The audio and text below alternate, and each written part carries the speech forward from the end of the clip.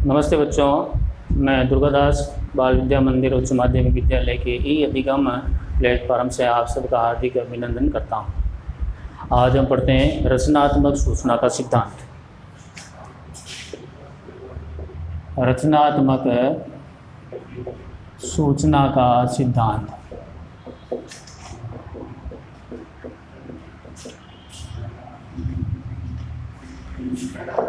कल इससे पहले वाले ऑनलाइन वीडियो में आपने आंतरिक प्रबंध का सिद्धांत पढ़ा है। ये रचनात्मक सूचना का सिद्धांत क्या होता है वो अच्छी तरह से आप समझना। परीक्षा की दृष्टि से ये सिद्धांत अत्यधिक महत्वपूर्ण है। अर्थ,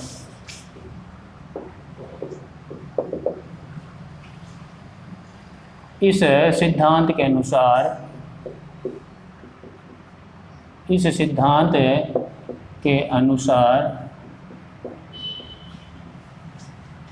प्रत्येक बाहरी पक्षकारों से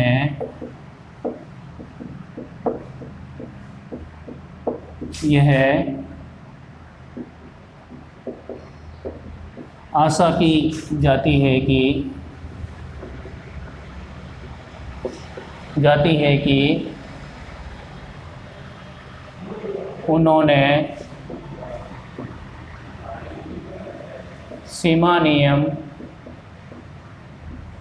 और अंतर नियम को अच्छी तरह से पढ़ लिया है।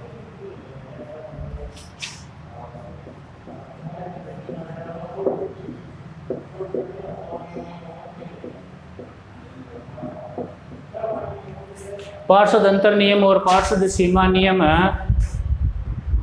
जब ये बनते हैं तब सार्वजनिक प्रलेख बन जाते हैं।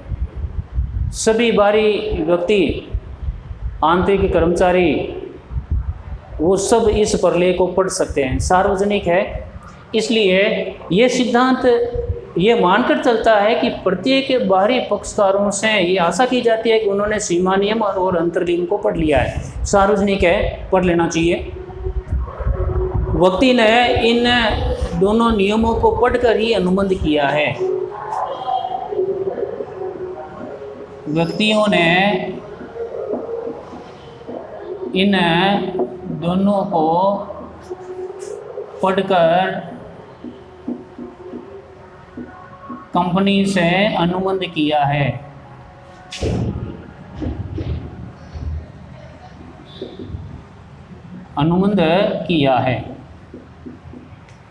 इन दोनों सीमा नियम और अंतर नियम को पढ़कर कंपनी के साथ में अनुबंध किया है।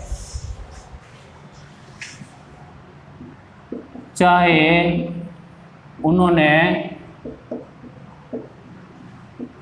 कभी भी पढ़ा, देखा या सुना नहीं हो। यदि व्यक्तियों ने न कभी पढ़ा है, न देखा है, न सुना है, फिर भी ये मानकर चलते हैं कि व्यक्तियों ने पढ़ लिया है, सुन लिया, क्योंकि ये सार्वजनिक है। यदि वो नहीं पढ़ते हैं तो व्यक्तियों की गलती मानी जाती है, कंपनी की नहीं। कंपनी तो कहती है कि ये सार्वजनिक प्रलेख है, आपको ये प्रलेख पढ़ लेने चाहिए थे, देख लेने चाहिए थे, प्रतियां मांग लेते हमारे से, हम दे देते। ये रचनात्मक सूचना सिद्धांत कहलाता है। ऐसी स्थिति में या ऐसी परिस्थिति में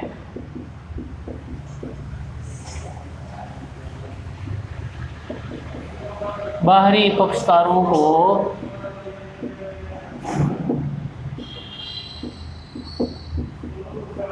हानि होती है तो कंपनी की जिम्मेदारी नहीं बनती है।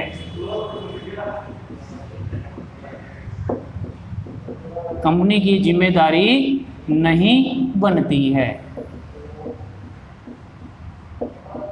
कंपनी तो कहती है कि ये एक सार्वजनिक प्रलेख है, आपको ये प्रलेख का अध्ययन कर लेना चाहिए, यदि ऐसी स्थिति में पक्षकारों को हानि होती है, पक्षकारों को नुकसान होता है, अनुबंध के बाद में यदि कोई नुकसान होता है तो कंपनी की जिम्मेदारी नहीं बनती है। यह सिद्धांत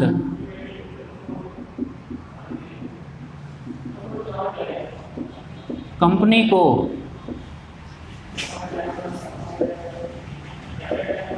बाहरी पक्षकारों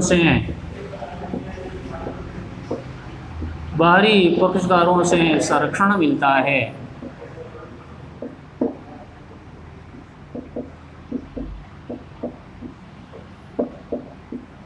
यह सिद्धांत कंपनी को बाहरी पक्षकारों से इसका संरक्षण या सुरक्षा मिलती है। बाहरी पक्षकार कंपनी से कोई फायदा नहीं उठा ले, लाभ नहीं उठा ले, इसलिए कंपनी को संरक्षण मिलता है। कंपनी तो ये कहती है कि सार्वजनिक पर लेके आपको पढ़ लेना चाहिए था। तो ये होता है रचनात्मक सूचना का सिद्धांत। अब हम पढ़ते हैं अपवाद द्वारा प्रबंध। अपवाद द्वारा प्रबंध। अपवाद द्वारा प्रबंध ये रचनात्मक सूचना सिद्धांत का बिल्कुल विपरीत है।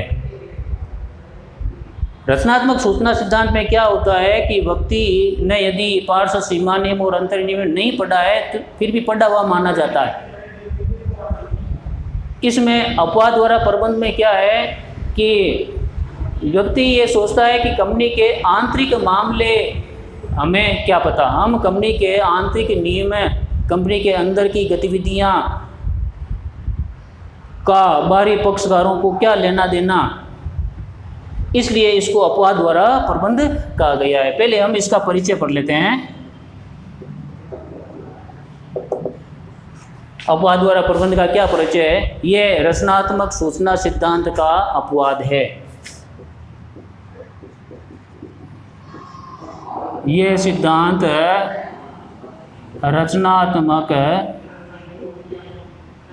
सूचना सिद्धांत का अपवाद है।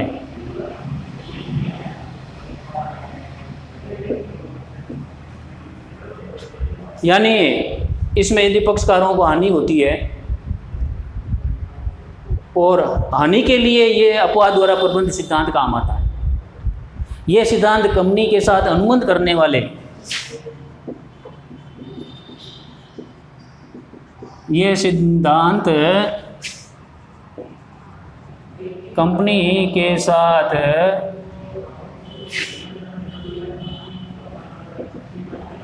अनुबंध करने वाले पक्षकारों को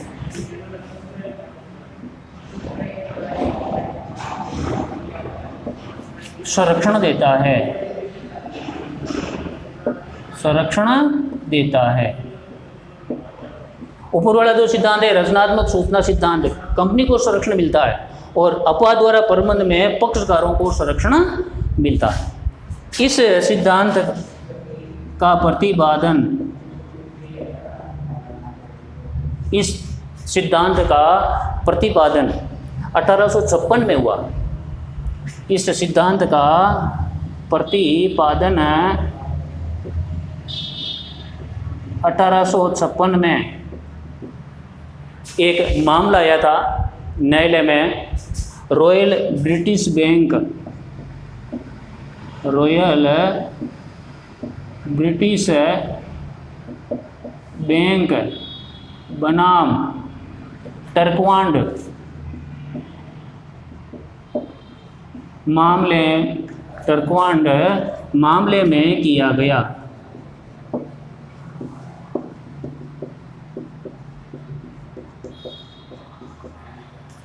इस सिद्धांत का प्रतिपादन 1856 में रॉयल ब्रिटिश बैंक बनाम टर्कवांड मामले में हुआ था। ये एक मामला अदालत में आया था। इस मामले, ये मामला क्या था थोड़ी देर बाद बताऊंगा। तो न्यायालय ने ये कहा कि ये अपवाद द्वारा प्रबंध है। टर्कवांड जो है ब्रिटिश बैंक के बॉन्ड जो निर्गमित किए गए थे, टर्कवांड ने उस बॉन्ड को खरीदा। अब बॉन्ड निर्गमित बैंक ने विशेष प्रस्ताव पारित करके करने चाहिए थे, लेकिन इस बैंक ने विशेष प्रस्ताव पारित करके बॉन्ड निर्गमित नहीं किए। जबकि टर्कवांड ये मानकर चलता है कि आंतरिक गतिविधियां है, कंपनी को विशेष प्रस्ताव पारित करना था। तो न्यायालय ने टर्कवांड के लिए फैसला दिया कि टर्कवांड ये क्यों चाहता है कि कंपनी के आंतरिक मामले क्या है। टर्कवांड तो ये मानकर चलता है कि कंपनी ने विशेष प्रस्ताव पारित किया है, बैंक ने विशेष प्रस्ताव पारित किया है, इसलिए मैंने खरीदा है। अब हम इसका पढ़ते हैं अर्थ। अपवाद द्वारा प्रबंध क्या है? बाहरी पक्षकारों को, बाहरी पक्षकारों को यह इस बात की जांचने की आवश्यकता नहीं है, बाहरी पक्षकारों को इस बात की जांच करने की आवश्यकता नहीं है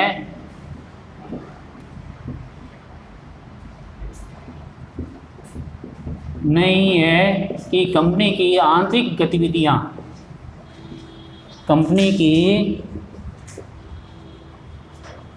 आंतरिक गतिविधियां या क्रियाएं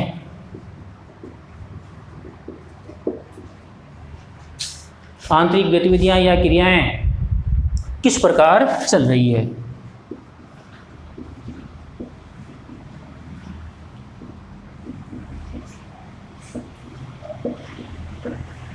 आंतरिक गतिविधियां, कंपनी की आंतरिक क्रियाएं किस प्रकार चल रही है। एक कहावत भी है कि भाई हम किसी दूसरे के घर में जाकर क्यों जांचें, किस बात का पता करें कि घर के अंदर दूसरों के घर में क्या हो रहा है। वैसे यही है कि कंपनी की आंतरिक क्रियाएं किस प्रकार चल रही है, इस बात की जांच करने की आवश्यकता क्या है। बाहरी व्यक्ति आंतरिक प्रबंध से संबंध नहीं रखते। बाहरी व्यक्ति कंपनी के आंतरिक प्रबंध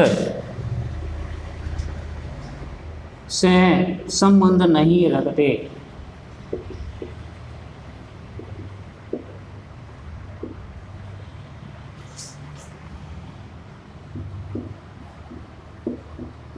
कंपनी के जो बाहरी व्यक्ति होते हैं, कंपनी के आंतरिक प्रबंध से संबंध नहीं होता उनका। भाई आंतरिक प्रबंध किसी भी प्रकार का हो, बाह्य व्यक्तियों से क्या लेना ना।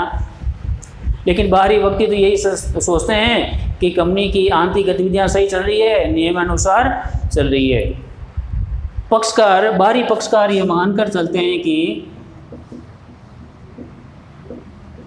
बाहरी पक्षकार यह मानकर चलते हैं कि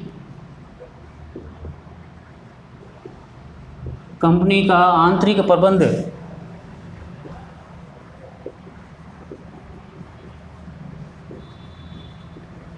सुचारू रूप से चल रहा है,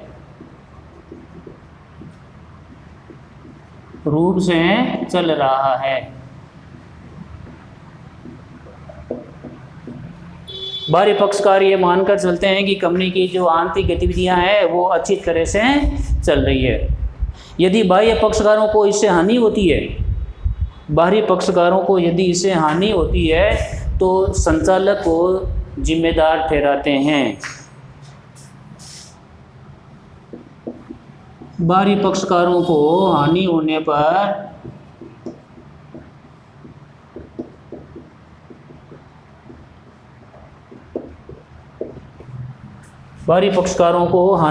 पर संचालकों को जिम्मेदार ठहराया जाता है।